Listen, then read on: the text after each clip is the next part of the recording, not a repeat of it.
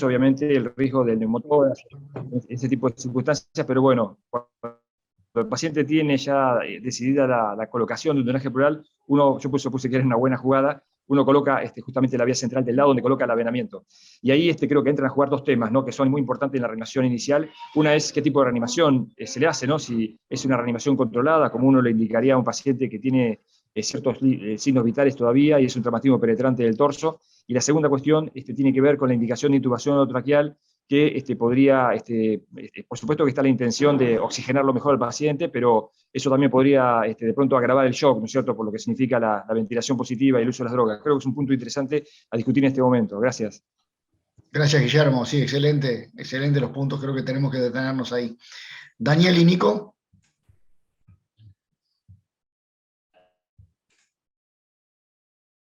¿Mejor se escucha? Sí, dale. No, más o menos las mismas consideraciones. Se cortó ya. Si la vía había sido porque se nos entrecortó, se entrecortó, ¿se entrecorta? ¿Me escuchás? Ahora sí. Ahora no. Había sido... No, entonces no vamos a poder intervenir. Es como fluctuante, se escucha y se corta, se escucha y se corta. Sigan ustedes. Perdona, Nico, una pena. Sebastián. Sí, a ver, voy a decir lo que iba a decir Nico. Coincido con Guille, pero también sería útil, ya que está la vía central, ¿no?, evaluar que esté bien colocada y pueda servir para algo, ¿no? También, ya que estamos, aprovechar los medios para evaluar eso. Bárbaro. Pablo Caviglia, vos tenés muchos años de medicina prehospitalaria y también de puertas de urgencia y de cirugía de emergencia y trauma. ¿Vos le das un lugar a la vía venosa central en el ámbito prehospitalario? ¿Te parece que tiene lugar, que está indicado? ¿Cuál sería la mejor indicación, si es que la tiene? ¿Qué opinás vos? Las veces que he hecho vía venosa central a nivel prehospitalario es porque no he podido hacer una vía venosa periférica de grueso calibre y lograr una reposición como la que he querido al ritmo que pretendía tener.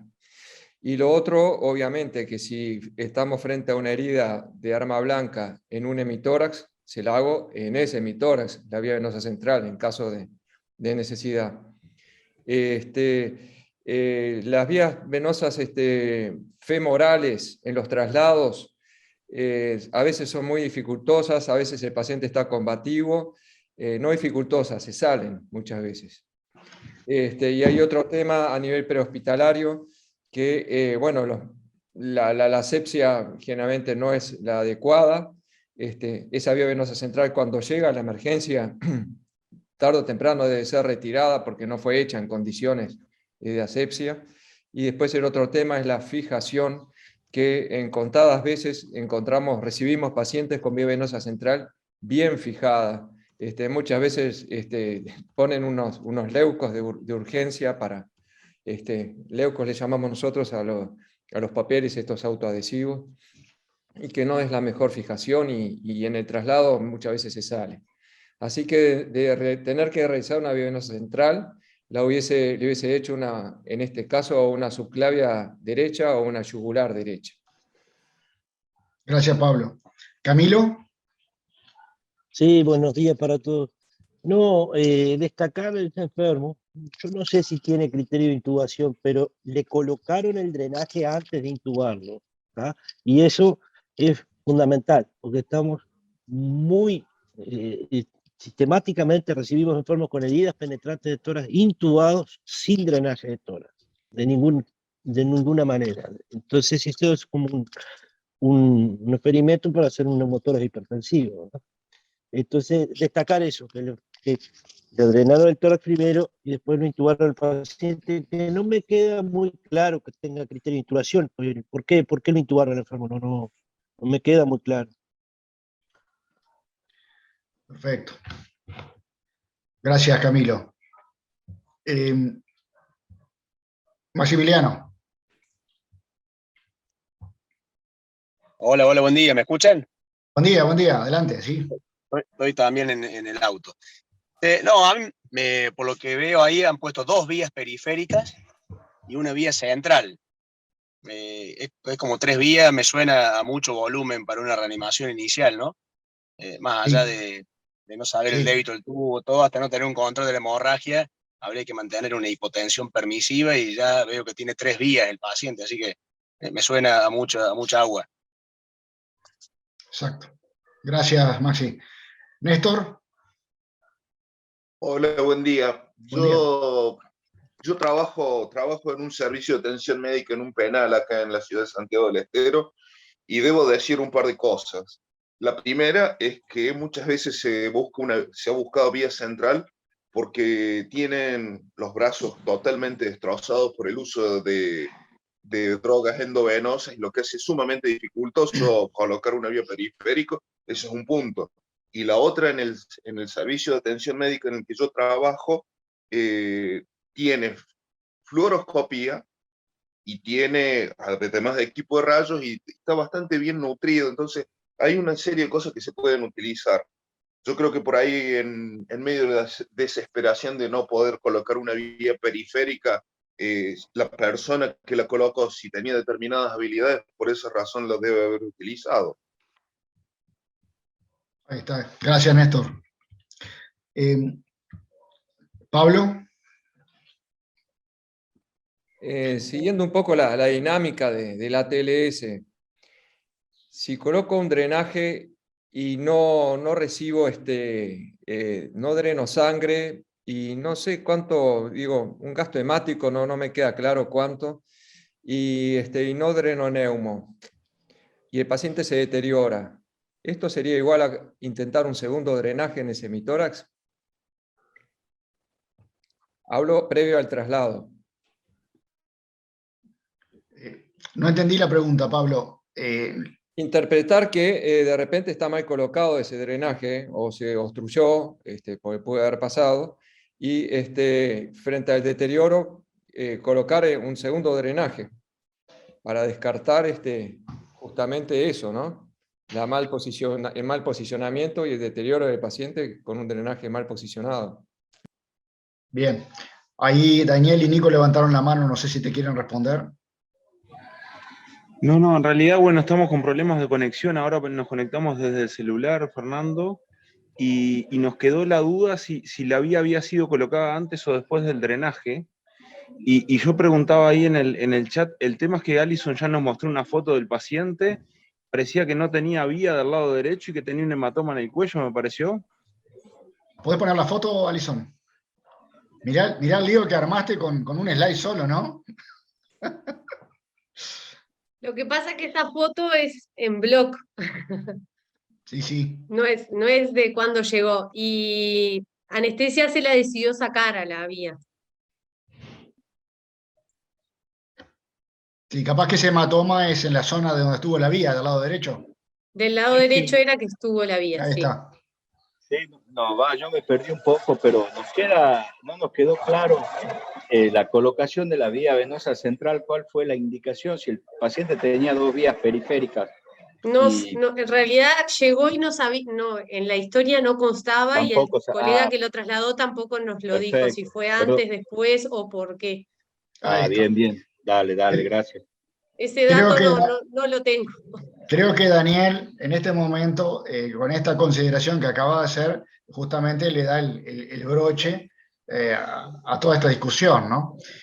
Porque las destrezas pueden ser muy buenas, el material disponible puede ser excelente, el tema es si las cosas tienen indicación, si las maniobras tienen indicación o no. Entonces, estamos contextualizándonos un trauma penetrante de torso, como dijo Guillermo. Entonces ya sabemos que lo más adecuado en un paciente que tiene un trauma penetrante de torso y tiene un compromiso hemodinámico, bueno, es un traslado rápido, lo más rápido posible, a un lugar donde se puedan controlar eventuales sangrados y minimizar la reposición, de ser posible en un esquema de hipotensión permisiva, que no es otra cosa que un puente, porque no podemos mantener en hipotensión permisiva de manera indefinida, pero es un puente hacia la cirugía definitiva. o sea, el control de la hemorragia. En este paciente se lograron 2 vías venosas periféricas. Creo que era más que suficiente con eso para iniciar una reposición equilibrada, contenida, y no era necesaria una vía venosa central. Creo que realmente no le veo mucho lugar a la vía venosa central en un paciente en el cual las vías venosas periféricas se habían logrado. Acá la doctora Nadia Dalera en el chat había preguntado por qué no una vía intraósea. Bueno, en el caso de este paciente en particular con 2 vías venosas periféricas, por la misma razón que no le daría una vía venosa central, porque tenemos acceso venoso. Pero como bien dijo ella, si no fuese posible estos accesos venosos, sí, también en el adulto es una alternativa la vía intraósea. Antes surgió de la pediatría, ¿verdad? Se usó mucho en niños primero, pero la vía intraósea actualmente está totalmente admitida. Podemos pasar cristaloides, podemos pasar hemocomponentes a través de la vía intraósea. Por supuesto que también es una vía transitoria, es una vía de corto alcance, pero que nos puede sacar de apuros frente a la imposibilidad de accesos venosos periféricos, que no fue el caso de este paciente. Este paciente tiene 2 accesos venosos periféricos y, como dijo Titarelli, a mí me suena esto a mucho líquido, porque si por cada acceso le empiezo a pasar suero, cuando quiero acordarle pasé una cantidad. Entonces me da la impresión que este paciente se pudo haber manejado sin necesidad de vía venosa central en el ámbito prehospitalario, porque teníamos 2 accesos venosos periféricos. Daniel y Nico. Sí, le quería preguntar a Alison si sabe ella qué cantidad de líquido drenó ese tubo de drenaje, o si lo dijeron, la verdad no lo escuchamos. Y lo otro, perdón, Fernando, complementando la pregunta, antes de colocarle el drenaje, ¿le hicieron una radiografía o fue puro clínica?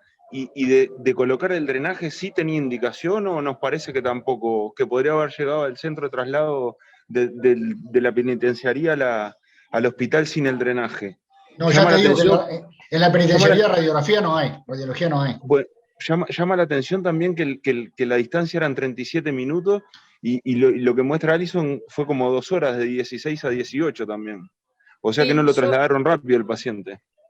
Yo hace un ratito aclaré, que capaz que ustedes no escucharon por el tema de la conexión, es que los pacientes de centros penitenciarios a veces tienen no solo, quizás uno piensa, ahí el Google pone 29 minutos de traslado, en un clave 1 van a ser menos, pero los pacientes, para sacarlos del centro penitenciario, llevan una logística que no es solo la ambulancia sale, sino que tienen que coordinar la guardia policial que los acompaña y demás, que pensamos que entre que se coordina el traslado, que llama a la coordinadora, nosotros le aceptamos el paciente y se coordina el traslado con personal policial, por eso pasaron esas 2 horas. En cuanto a cuánto tenía el drenaje, cuando llegó, yo sé cuánto tenía. Cuando salió de comienzo, no fue registrado en la historia que venía del centro penitenciario. Yo ahora les voy a mostrar cuánto tenía cuando llegó al hospital. Bueno, contanos, Alison. Bueno, les cuento. Bien, a las 18 horas llega a nuestro hospital, extraído por una unidad de emergencia móvil. Como antecedente personal a destacar de este paciente, tenía una toracotomía izquierda por una herida cardíaca, que acá se ve, en el 2021, y una mediana sifopúbica también. Yo te busco la remera. Bien, en cuanto a la valoración inicial, cuando llegó el paciente, presentaba, bueno, estaba intubado, estaba saturando 99%, presentaba una hipoventilación a derecha, sin matidez, ventilaba normalmente el campo pleuropulmonar izquierdo, no tenía ingurgitación yugular, no presentaba traumatopnea, y el drenaje pleural tenía un contenido de 700 cc hemático o francamente hemático. Ahora después les muestro una foto. En cuanto a la hemodinamia, tenía los ruidos cardíacos que no estaban alejados, estaban normales, tenía un pulso radial fino, estaba mal perfundido, hipocoloreado, una frecuencia cardíaca de 72 latidos por minuto, una PA de 80-50 con un índice de shock de 1,1, y el IFAS que le hicimos nosotros en el área de reanimación nos dio bastante dificultad de la parte del hipogastrio, y el resto sí se exploró normal y no se evidenció líquido intraabdominal. Como verán, la herida cortopunzante estaba más o menos en el tercer espacio intercostal parasternal derecho, que es esta que estoy, no sé si se ve el cursor, y acá se ve el tubo con el cual venía colocado, que era un tubo, un Jolie, que venía con la trampa bajo agua. No sé si alguien tiene preguntas o continúo. Guillermo está preguntando en el chat, taco quirófano, quirófano por su hemodinamia. Guillermo, ¿querés ampliar? Sí, gracias. Bueno, es una herida parasternal donde uno alta, una herida parasternal alta, donde uno tiene que descartar una lesión de grandes vasos, una lesión mediastinal. Es una herida ancha, aparte puede ser un puñal de hoja ancha. Y bueno, uno de estos pacientes siempre quiere hacerlos pasar por una tomografía con contraste endovenoso, ¿no? Para descartar una lesión de grandes vasos. Pero lamentablemente, por el tiempo transcurrido y por la condición hemodinámica, el paciente creo que no da para tomografía. Creo que iría a quirófano. Y aquí viene el segundo punto de discusión para discutir después, entre todos, es qué vía de abordaje. Gracias. Gracias, Guillermo. Pablo. No, cuánta sangre. He hecho un paso atrás con lo que estoy viendo ahora. No, Yo tenía la foto guardada para mostrárselas, por eso. no, de lo que estaba mencionando Guillermo recién, la condición hemodinámica, lo que me llamaba la atención es esa frecuencia cardíaca de 70, con esa hipotensión severa. Como último planteo y más con esta evidencia, era que esto fuese farmacológico. No figura en ningún momento con qué lo sedaron y si en el traslado qué medicación le dieron para mantener el paciente en coma farmacológico. Pero eso es letra chica frente a lo que estamos viendo en este momento. No lo recuerdo, si te soy sincera, pero a nosotros la frecuencia de esa cardíaca también nos alertó porque pensamos que este paciente se nos estaba agotando. Un paciente joven que al principio como una taquicardia refleja y ahora está bajando su frecuencia cardíaca y se mantiene cada vez más hipotenso, realmente nuestro razonamiento fue ese, y que ya llevaba 2 horas el paciente del acontecimiento. Totalmente Alison. de acuerdo. Lo otro que dice Alison, que nos pasa a todos nosotros, que los pacientes están en un penal, no demoran menos de 2 horas en llegar al centro de referencia. Antes de darle la palabra a Daniel y Nico, ¿podés poner, Alison, por favor, el slide anterior?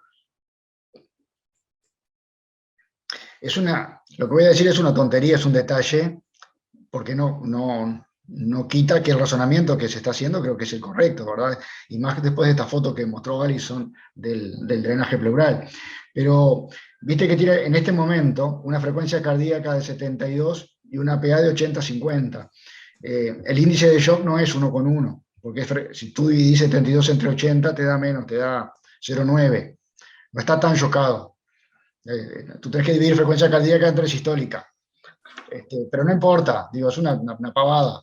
En realidad, yo creo que sí que este enfermo está en shock, y 0,9 en este caso es un índice de shock positivo para pensar como predictor de sangrado mayor, pero nada, es ese detalle nomás, ¿no? Es un poquito más bajo. Creo que el razonamiento es el mismo, con cifras no tan dramáticas. ¿No? Esto te da, si vos dividís 72 entre 80, te da 0,9 más o menos. Daniel y Nico, y después Camilo. Sí, no nos cierra mucho esa frecuencia cardíaca por un lado, ¿no? Y a ver, por dónde está la lesión, un shock neurogénico, yo creo que no me parece. El problema es que, bueno, no tenemos realmente diagnóstico de lesión, si es de grandes vasos, como decía Guille, o es lesión de grandes vasos mediastínicos, ¿no? O alguna lesión del hilio pulmonar que no puede llegar a choquear así el paciente, o si tiene algo en el abdomen, que tampoco creo. El problema es como si llevarlo no a tomografía en esta situación clínica y hemodinámica. Y yo creo que por ahí nos puede ayudar algo la tomografía, capaz que para hacer un abordaje, ya sea una toracotomía o una esternotomía, y si no, bueno, tendrá que ir a quirófano y plantearnos ahí qué abordaje hacemos, si por esternotomía o toracotomía. Pero bueno, queda duda. Alison, ¿la reposición del paciente la dijiste? ¿Lo hiperrepusieron o fue tranquilo para tener este estado hemodinámico? No, se le había pasado 1,5 litros de suero al paciente. Bastante. No fue que tenía 3 vías y le pasaron 4 litros. No. Alison, acá te pregunta Guillermo Barilaro, por el tema de la bradicardia, que puede ser el comienzo de un colapso, como pensaron ustedes. Te pregunta, cuando le hicieron el FAS, ¿cómo estaba la contractilidad cardíaca? ¿Tenía buena contractilidad? La contractilidad sí era buena. Lo que nos costaba un poco era los pacientes así tan delgados, a veces cuando uno coloca el transductor ahí, se complica. Al menos a mí a veces me cuesta lograr esa ventana. Nosotros en ese momento nos costó, pero no nos quedamos con la duda de que hubiera líquido ni que estuviera con mala contractilidad. No, eso lo logramos ir a tomar la conducta siguiente, no quiero adelantarme, pensando en que no pensábamos que tuviera alguna alteración a nivel del miocardio o el pericardio. Perfecto. Acá ingresó Carlos Pilasi y está preguntando, trazado electrocardiográfico, tenemos de él, relleno capilar, lactato. Te pregunta 3 cosas, relleno capilar, trazado electrocardiográfico y lactato. El relleno capilar, cuando estaba acá, 2 segundos. Lactato no, o sea, si lo teníamos ya después más tarde, pero no en la reanima. Se le sacó sangre, sí, pero clasificación y demás, pero en el momento no estaba, cuando tomamos la conducta. Y lo otro, electrocardiograma, no le realizamos electrocardiograma. Bien. ¿Camilo? Sí, pienso, este paciente con la imagen que mostró el drenaje, este paciente está sangrando en el mitoras derecho, ¿tá? Sangre roja, se ve, seguramente el tubo estaba caliente, o sea que tiene un sangrado activo en el mitoras derecho que hay que ir a parar, ¿tá? Otra cosa, por la topografía de la herida, hay que pensar en grandes vasos mediastinales, también hay que pensar en una herida cardíaca, la aurícula, por ejemplo, ¿tá? Creo que el abordaje del tórax izquierdo va a ser dificultoso, porque ya tiene la izquierda, sería de necesidad, iría a parar el sangrado a derecha para ver qué es lo que sangra, y bueno, eventualmente un clamshell o ver si tengo que extender la toracotomía izquierda, que no va a ser fácil, me parece. Bien. Ricardo, buen día. Buen día, ¿cómo están? Bien, muy bien. Coincido con todo lo que se ha dicho, que lo único que es muy llamativo acá es una frecuencia prácticamente normal. Eso escapa a lo que es este shock, que con la figura que tenemos acá, obviamente es un shock hemorrágico. Pienso que hay 2 vías de explicarlo. A ver, la explicación de por qué tiene 72, no lo sé. Las vías posibles de explicarlo sería, 1, este paciente ya tuvo una herida cardíaca y yo no sé qué ritmo cardíaco fue con el que emergió de su herida. De repente es un paciente que ya tiene un ritmo nodal por su herida atrioventricular. Y la otra posibilidad es que este paciente estuviera bigeminado, con lo cual uno palpa un pulso, pero se come el otro. Esto sin necesidad de llegar a un electro, en cuanto se monitorice, esa última opción se clarifica claramente. De cualquier manera, la causa de esta bradicardia o bradicardia relativa es poco importante, hay que seguir adelante como se estaba procediendo. Gracias, Ricardo. Daniel y Nico. Sí, acá tenemos un pequeño ateneo con Daniel y la verdad que claramente no nos cierra el paciente. Yo lo que haría en este momento, lo reevaluaría de nuevo, vería la condición hemodinámica y estamos viendo que de repente es un paciente que tiene más de 2 horas del traumatismo.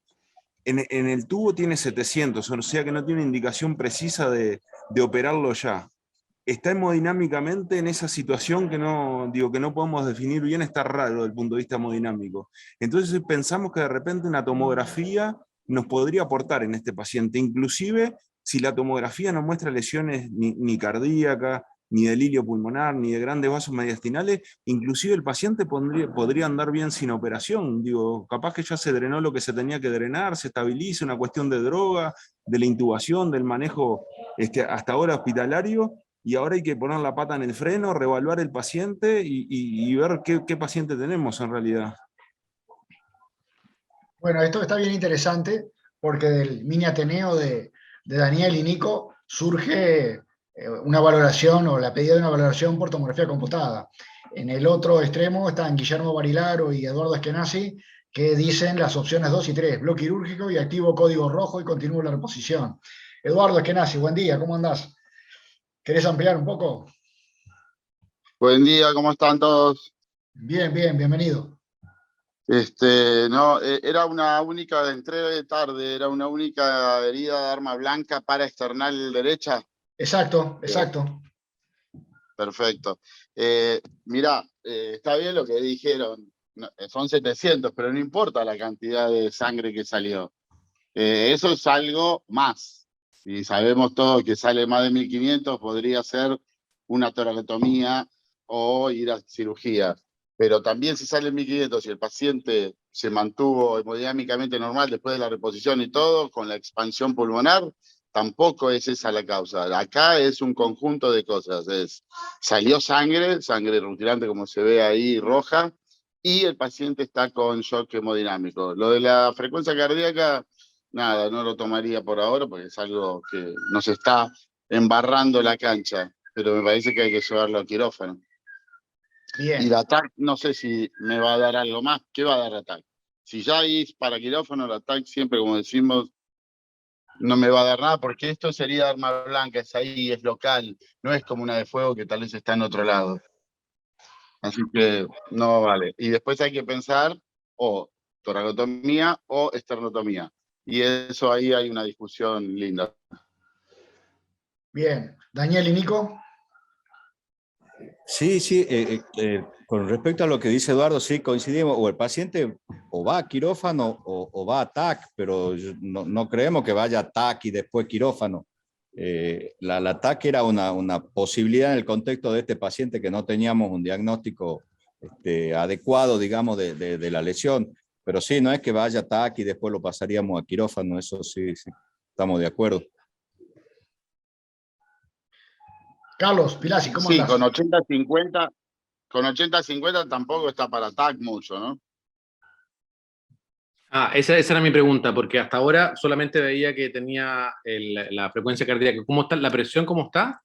Mostrale, Alison, mostrale el slide con los signos vitales. Perdón que llegué un poco tarde. Perdonalo porque está en Qatar. Perdóname. 80-50. Dale, 80-50 después de la reposición o antes de la reposición. Ya con 1,5 litros de reposición y 2 horas desde que fue agredido hasta que llegó a nuestro centro hospitalario. Bien, y el drenaje fueron 2 horas y le pusieron el drenaje, dio 700. Le pusieron el drenaje enseguida en el centro penitenciario y cuando llegó acá tenía 700 cc hemático franco.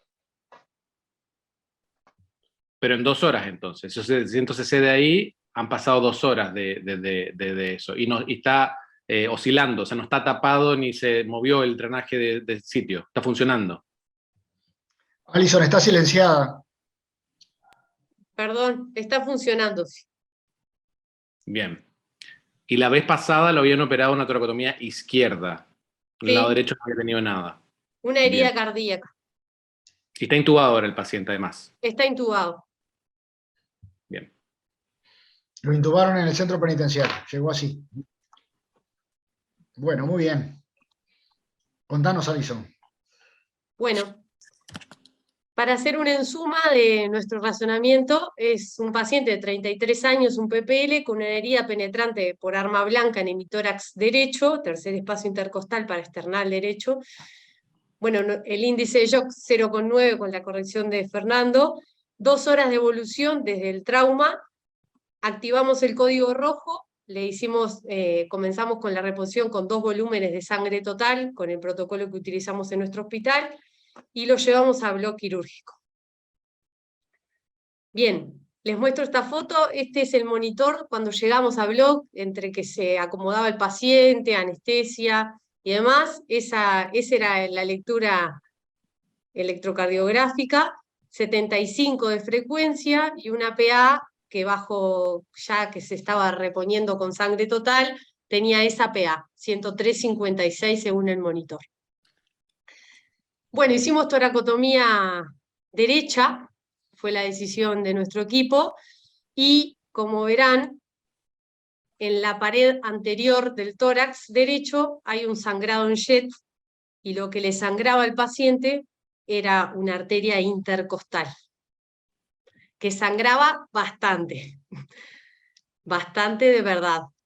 O sea, que estaba bastante contenido, y cuando nosotros abrimos, sangrado seguía. De hecho, anestesia estaba bastante nerviosa durante la cirugía. Si quieren les sigo contando. Todos estábamos pensando en una herida de los grandes vasos, ¿verdad? Bueno, ahora les cuento. Nosotros vimos ese sangrado, descartamos sangrados de otra causa, grandes vasos, el pedículo pulmonar, no había otra causa de sangrado, y se evidenciaba que el sangrado era ese. Tengo un video. Guillermo te pregunta si se estaban usando vasopresores. Pontillo, yo supongo que sí. Sí, se estaban usando, sí. Estoy haciendo memoria, perdón. Sí, se estaban usando, sí, le estaban pasando en hora. ¿Y hematoma mediastinal había? No, no había hematoma mediastinal. No. ¿Y el pericardio estaba intacto? Sí, el pericardio estaba intacto. Yo te transmito todas las preguntas que surgen en el chat. Sí, está perfecto. Sí, porque yo no lo estoy mirando. Bueno, les muestro el video, es un video cortito de lo que hicimos estaba operando el doctor Pontillo, que está ahí conectado. Lo que se realizó fue intentar ligar la arteria intercostal que por vía endotorácica. A ver si puedo pasar el video.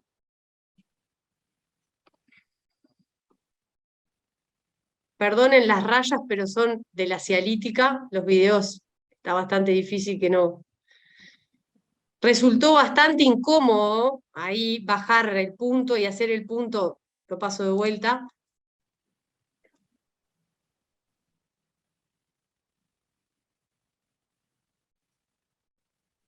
Ahí te está preguntando justamente Guillermo, por aspectos técnicos que todos hemos sufrido, ¿no? Acceso difícil porque está alta la herida. Sí, era difícil, sí. Era difícil, sí.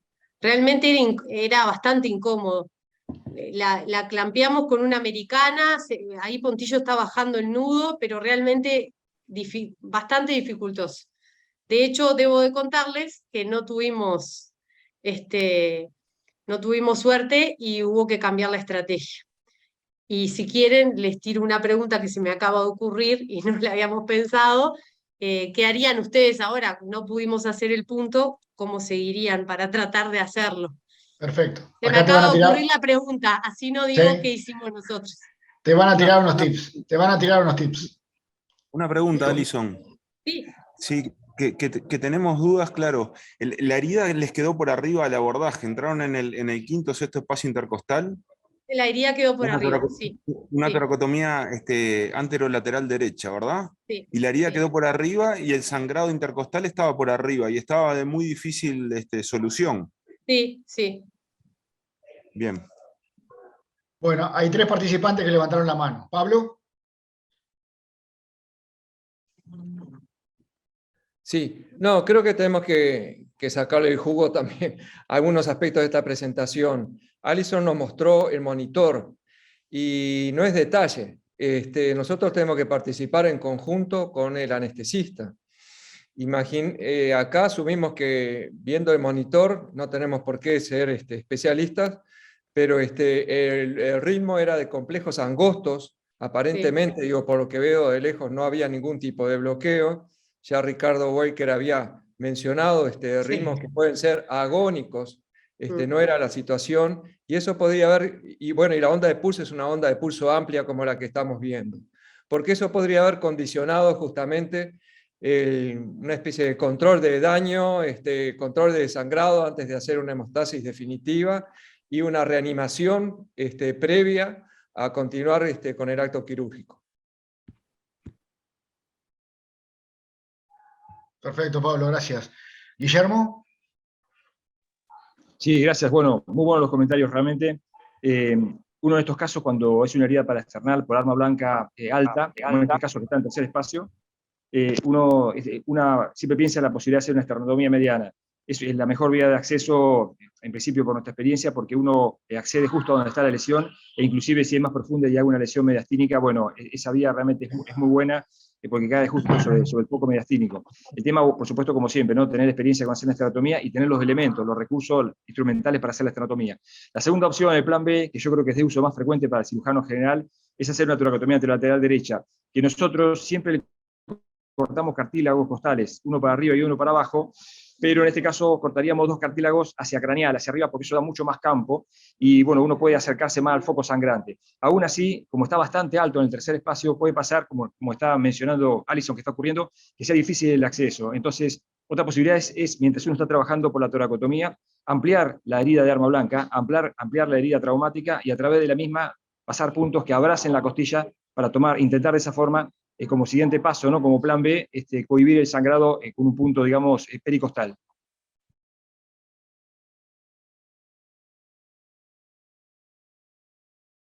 Exacto, Guillermo, es lo mismo que estaba poniendo Néstor Fujimi acá en el chat, como estrategia técnica, ¿verdad? Ampliar la herida primaria y tratar de entrarle por ahí.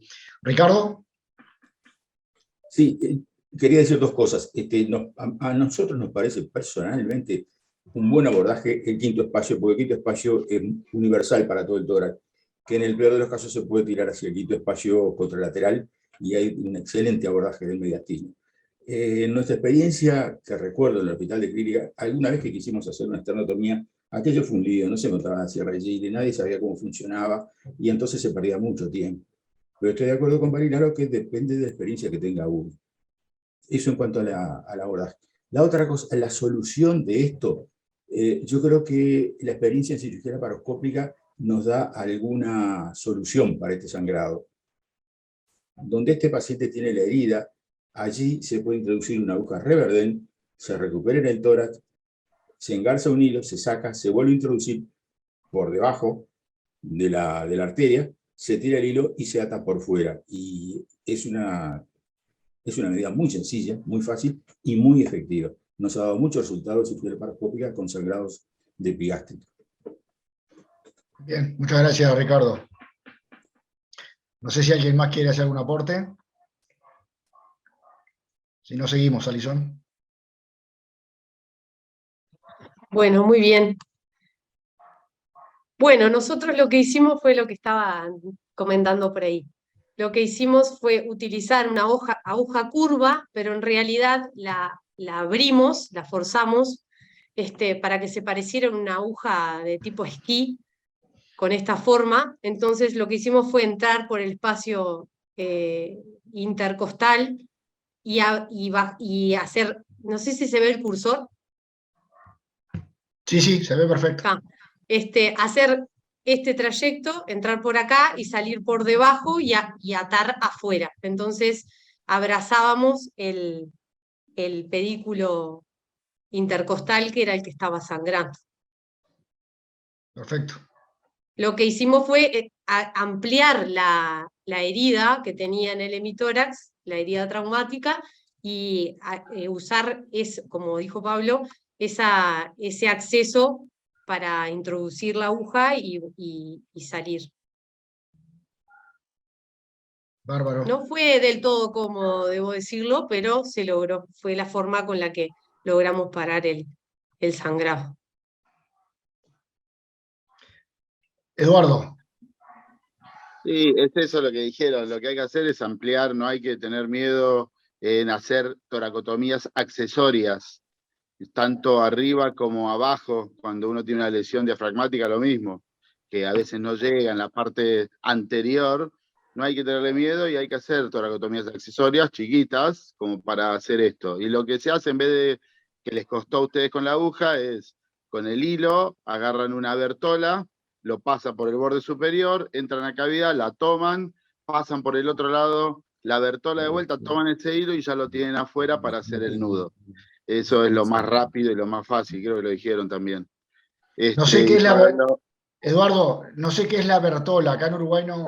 una pinza larga, como una Krite, una larga de puntas finas para pasar. ¿sí? Entonces pasás por arriba, pasás por abajo y vas tomando el hilo y lo llevas hacia la incisión que hiciste por fuera y ahí haces el nudo y atrapás el paquete. ¿sí? Eso es lo básico que hacemos siempre cada vez que se lastima una intercostal cuando estás haciendo una biopsia pleural o lo que sea, ya sea por video, cuando hacemos las videotoracoscopías y se lastima la intercostal, te vas un poquito más hacia atrás, haces una pequeña incisión en la piel y desde afuera pasás la pinza, le pasás el hilo, tomás el hilo por el otro lado de la costilla, lo sacás afuera y ahí anudás y te queda apretado el paquete. Con respecto a la esternotomía, si tenés la striker o la mecánica está bien, pero también se puede pasar, lo que necesitas es una pinza larga, lo único, que hay veces que no hay, como para pasar subsifoide hasta arriba, hasta el hueco esternal, y ahí con una sierra de Gigli, que casi todos lados hay, se abre bastante bien y rápido el esternón. Perfecto, perfecto. Daniel y Nico. Sí, que este tipo de sangrado, las mamarias y las intercostales, capaz que hasta más que las mamarias, son un dolor de cabeza, porque tenés huesos alrededor y hacer la hemostasis es... Claro, lo que dijo el profe de la Reverdén era lo que se me había ocurrido a mí, abrazar la costilla. Ahora lo que dice Eduardo de la pinza también está bueno, pero ahí, Eduardo, me parece que, digo, claro, acá la idea es no aumentar la lesión y con la pinza estás pasando con una pinza a través del espacio intercostal superior, inferior, y esto hay que hacerlo de los dos lados porque tenés que ligar de los dos lados. El tema de la aguja, claro, lo que pasa es que no está en todos lados. La aguja Reverdén, nosotros cerramos puertos de la paroscopía, pinchás, enganchás el hilo, y bueno, es la misma técnica de la pinza, pero con la aguja me parece que es menos, que lesiona menos, ¿puede ser? No, en realidad es una pinza esta de punta finita, no te la encierro, vos vas pasando, no tenés que abrirla, vas como si fuera una aguja. Lo que pasa es que con la pinza tenés la posibilidad, con la aguja es más difícil pasarlo con el porta. Con la pinza vos te vas más adentro y es más fácil de tomar internamente y después poder montarla nuevamente. Ese es el tema, nada más. Pero cualquiera de las dos opciones está bien. La cuestión es abrazar el paquete. Bien, y la otra es una clipadora de la paroscopía, está bien, está bueno. En esta situación era imposible con una clipadora, pero si es un intercostal como posterior, también se puede usar una clipadora para... Es medio difícil porque está todo el músculo y a veces no lográs tomarlo con la clipadora. Tenés que disecarlo un poquito y en este momento no podés disecar nada. Más que nada tenés que cortar el sangrado rápidamente. Perfecto. Doctor Juan Cosa, buen día. Hola, buen día para todos. No, destacar algunas cosas que ya se dijeron. Nosotros lo que intentamos hacer es empatar el partido y lo que tenemos que hacer es sentirnos cómodos con el abordaje y con la eventual solución que le ofrezcamos al paciente. La toracotomía anterolateral derecha es un abordaje del tórax con el cual nos sentimos cómodos tanto en la apertura como con el cierre. Si bien la esternotomía nos da un abordaje más amplio, nada, es lo que se destacó, que a veces es difícil encontrar todo el material y dónde está y mientras se arma. Entonces decidimos empezar por ese abordaje y cuando vimos que era ese paquete intercostal, ampliamos un poquito nomás la incisión del arma blanca que tenía y lo que hicimos fue eso, rectificar la aguja de Umicril 1.0. Uno de los cirujanos desde la derecha del paciente, digamos, mirando adentro del tórax, y otro a la izquierda. El de la izquierda pasaba la aguja de afuera hacia adentro, digamos, con una americana larga, el cirujano de la derecha lo que hacía era pasarla de adentro hacia afuera y ahí fue lo que anudamos. Y la verdad que nos dio buen resultado y nos pareció bastante sencillo. Nada más. Perfecto. Gracias, Juan. Bueno, Alison. Bueno, luego lavamos, reexploramos antes de cerrar la toracotomía y encontramos una lesión pequeña del lóbulo medio y lo que realizamos fue una rafia. Se controló la hemostasis, se revaloró todo y lo que hicimos después fue cerrar la toracotomía. Reposicionamos el tubo antes de cerrar la toracotomía. Lo dejamos donde estaba emplazado, no se cambió el lugar. Y bueno, y se cerró la toracotomía. Ahí tenemos una foto.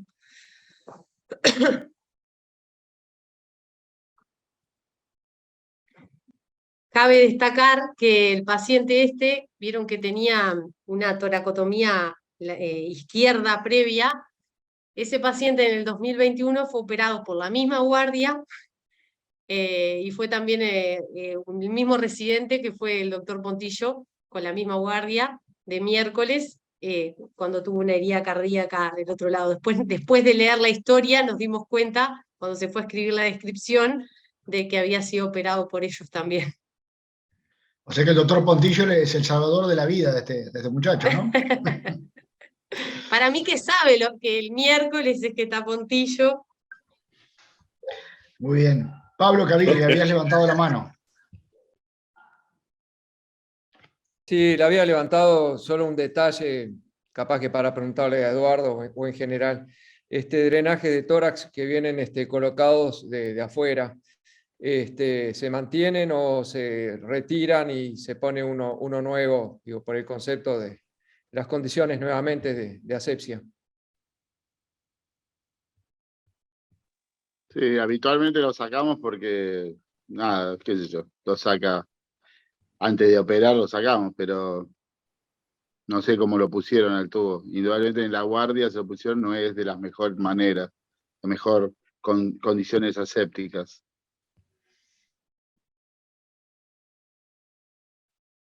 Un detalle nomás. Sí, Bueno. y además ver bien en qué espacio está, porque tal vez podés ponerlo 1 o 2 más abajo para que pueda salir mejor el líquido. Aunque sale igual, ¿no? Porque al expandir el pulmón, por el lugar de menos presión, te va a sacar el líquido igual, pero podría beneficiar un poquito. Gracias, Eduardo. Camilo Viñoles. No, yo simplemente destacar que si bien está todo escrito cuando hay que abrir un tórax, ¿tá? Importa también la calidad de lo que viene. Esa sangre roja, caliente, que empaña el tubo, es sangre de ahora, de este momento. O sea, es un sangrado de ahora. Entonces, a veces no es solo la cantidad, sino la calidad y la hemodinamia del paciente que hace la toma de decisiones, ¿no? Perfecto. Eduardo. No, lo único que podríamos reevaluar, Fer, es si tal vez se podía haber hecho una videotoracoscopía en este paciente, ya que iba a ir a tomógrafo, muchos dijeron que podía ir a tomógrafo, tal vez se podía haber hecho una video y con video esta lesión, ¿no es cierto? Se podía haber solucionado sin mayor toracotomía, pero viéndolo desde ahora, ¿no? Claro. El tema es que cuando llega el paciente con una hemodinamia un tanto precaria, con una tendencia a la hipotensión, con un drenaje pleural que viene, tú lo viste, ¿no? Positivo, 700, sangre roja, rutilante, como que estaba medio normal la situación, ¿no? No, yo puse toracotomía, pero digo, como se planteó el tema de poder estudiarlo en algún momento, porque veían la frecuencia cardíaca y estaba reponiendo, después se repuso un poco, si daba para eso, es una discusión, ¿no? Es un tema interesante. Sí, perfecto. Carlos Pilasi. Sí, yo quería dos cosas, un comentario y una pregunta. En relación a gasometría, ¿hubo en algún momento gasometría porque sabemos que no había antes de la cirugía, pero ¿le tomaron los anestesistas durante la cirugía o...? Le tomaron, sí. Yo no recuerdo exactamente. Capaz que alguno de mis compañeros se acuerda, pero se le tomó, sí, sí. Anestesia en eso, cuando subimos los pacientes a Bloc, ellos enseguida que suben, les toman una muestra para gasometría, sí. Bueno, porque a mí todavía me queda sin cerrar un poco la historia esta de la bradicardia. Yo un paciente que en realidad la decisión no era obvia. O sea, creo que las distintas posturas eran válidas porque había un paciente que efectivamente tenía una lesión, que había un sangrado relativamente importante. Son 700 cc, pero en 2 horas, con un tubo que en principio estaba funcionando. Yo estoy de acuerdo con lo que decía Eduardo, nosotros también cambiamos los drenajes, y particularmente por esto, porque a veces parece como que funciona, no funciona, hasta la duda, y uno cambia el drenaje y te sale un chorro ahí de sangre, además de lo que decía, de las condiciones de hacerlo. Hacerlo en condiciones ideales es siempre mejor. Pero era un paciente que había sangrado 700 ml en 2 horas, sin bradicardia y con una hipotensión de 80-50, paciente que estaba intubado, que a veces también el efecto de drogas para mantenerlo juega un poco un rol. Por eso creo que la importancia de la gasometría, y ahí va mi comentario. Creo que es importante tener más elementos para poder tomar una decisión. Si el paciente está en shock, eso se va a reflejar en la gasometría. Y a lo mejor, porque en este caso para mí, insisto, no era evidente un paciente con 80-50 intubado con drogas de mantención de frecuencia cardíaca de 70 sin bloqueo, por eso es importante también mirar el electro y ver qué está pasando, o en la ecografía, si bien era dudosa la parte del taponamiento, que es menos frecuente en un paciente que ya tuvo una toracotomía, porque sabemos que ese pericardio no se cierra completamente, bueno, o al revés, producir adherencia, es menos frecuente que estos pacientes tengan taponamiento después de haber tenido ya una lesión cardíaca. Creo que es importante ver qué estaba pasando con ese corazón, porque para mí no quedaba muy claro, era poco volumen, no había bradicardia, una hipotensión que se podía explicar por otras cosas también. Creo que habría un poco más de información, nos podría haber faltado, nos podría haber ayudado en un caso así. Bueno, y al no tenerla, creo que jugar por la opción más segura, que es la toracotomía, creo que está bien. Otro comentario solamente en relación a los puntos pericostales, los puntos que hacen hemostasia, pueden producir neuralgia porque uno ahí también agarra el nervio, solamente como para tener una idea del seguimiento y a veces dejarle incluso algunas cosas para el dolor neuropático. Gracias, Carlos. Como yo les comenté que dentro de Bloc Anestesia estaba bastante intranquilo, de hecho, cuando nos costó hacer el primer punto y no logramos hacer la hemostasis, de ligar la arteria, mientras decidíamos qué íbamos a hacer, fue que hacíamos hemostasis, uno de los cirujanos estaba con el dedo haciendo la hemostasis, mientras preparábamos la aguja. Anestesia continuamente preguntaba si íbamos bien, porque el paciente siguió bajando su frecuencia, o sea que el sangrado realmente, a pesar de que en el tubo eran 700, cuando nosotros abrimos el tórax, yo creo que aumentó, o sea, el taponamiento que tenía por la presión intratorácica le estaba beneficiando al paciente. Nosotros abrimos el tórax y como que el sangrado aumentó. De hecho, cuando hacíamos hemostasis con nuestro dedo, mientras solucionábamos eso, la frecuencia del paciente como que se estabilizaba. Digo esto porque son cosas que van pasando dentro de Bloc y que quizás cuando uno las quiere transmitir por una foto, por un video, está bueno como comentarlas porque suceden dentro de Bloc y va parte de trabajar en equipo con anestesia, ¿no? Para tener en cuenta de las maniobras y cómo va evolucionando el paciente mientras nosotros vamos operando. Bárbaro, Alison. Eduardo Eskenazi. Sí, coincido con Carlos. Empecemos a poner los valores de gases, no se olviden de eso, es importante. Y sí, me olvidé de decir, eso duele. Al abrazar el paquete duele. Y nosotros habitualmente le hacemos un bloqueo del intercostal S con bupivacaína antes de salida. Perfecto. Gracias, Eduardo. Guillermo. Sí, coincido con justamente lo que estaba diciendo Eduardo y con lo que decía Carlos con respecto a lo de la neuralgia. es lo que llamamos un daño colateral, porque es una maniobra obligada, ¿no es cierto?, de mostrarse en un paciente que de pronto puede estar descompensado y sabemos que eso puede traer una secuela, y está muy bien el recurso que está mencionando Eduardo de lo que tiene que ver con infiltración del nervio. Perfecto, perfecto, gracias Guillermo. Doctora Cintia González. Hola, gracias, muy buenos días. Quería aprovechar a preguntar, ya que tenían acceso a la historia anterior, con el antecedente del paciente que tenía una herida cardíaca previa, si tenían algún registro de si había quedado con una secuela que haya meritado betabloqueantes que podrían explicar la normalidad de la frecuencia a pesar de estar hipotenso del paciente. No, de hecho tenía un ecocardiograma normal el paciente antes del alta, del alta del año anterior. No quedó con ninguna medicación. Perfecto, gracias. Adelante.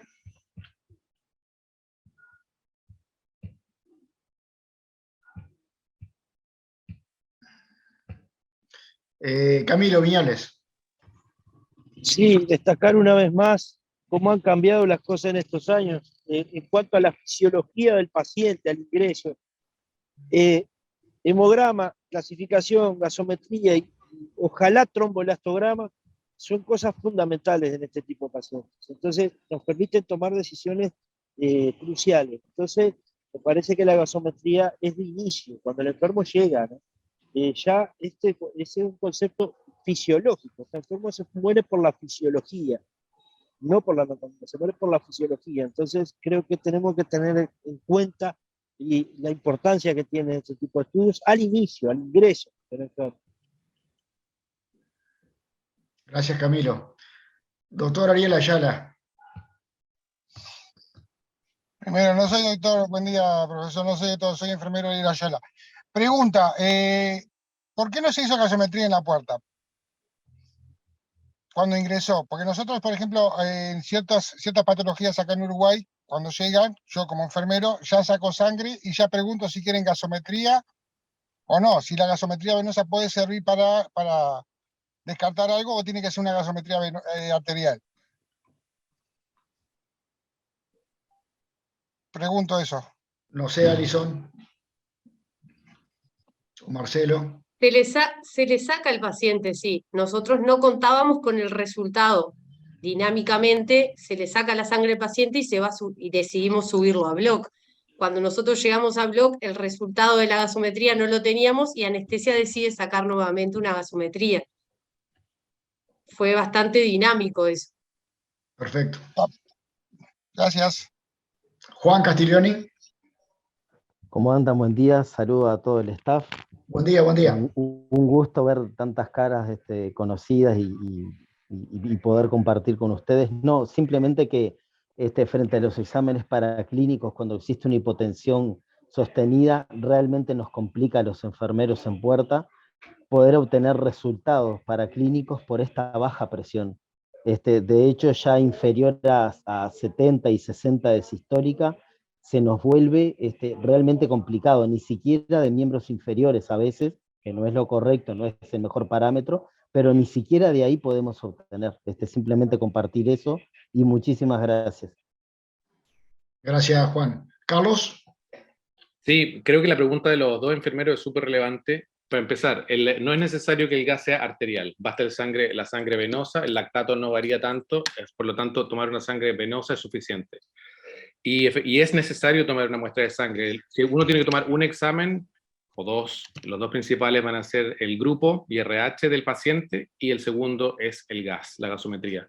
Y eso venoso, si no se encuentra por vía periférica, porque estos pacientes generalmente es difícil de canularlos, lo que hacemos nosotros es pinchar la femoral directamente y tomar una muestra de ahí, y después repetir. Este paciente va a necesitar toma seriada, normalmente los anestesistas toman una línea arterial, y de ahí puedes estar tomando durante la cirugía. Yo siempre pido un gas durante la cirugía y otro al finalizar, y lo pongo en el protocolo operatorio, en la nota operatoria, para un poco explicar mis acciones quirúrgicas basadas en la fisiología de los pacientes. Pero creo que es necesario. Lo único que si van a tomar una muestra o no tienen vía venosa y tomaron una línea intraósea, Ese es el único pero, porque ahí sí no se puede usar la máquina de gasometría con muestra de médula, sí se puede usar la muestra de médula para grupo IRH. Perfecto. Muchas gracias, Carlos. Pero ya venía con una central, ¿no? De la central sí, podemos sí. descartar y sacar ahí la gasometría y la sangre. Sí, si lo sí. pregunto. Ahí se puede sacar una gasovenosa, sí, sí. Está bien, gracias. Bueno, muy bien. Alison, no sé si querías agregar algo más. No, nada más. Bueno, si no hay más comentarios, no queda más que agradecerles. Te felicito, Alison, por tu presentación, estuvo muy buena. Muchas gracias a todos por todos los comentarios, por todos los aportes. Que pasen un buen fin de semana y nos vemos el sábado próximo. Muchas gracias, buen día para todos. Chao. Hasta luego, Gusto hasta verlos. luego. Buen día. Chao. Muchas gracias, hasta luego.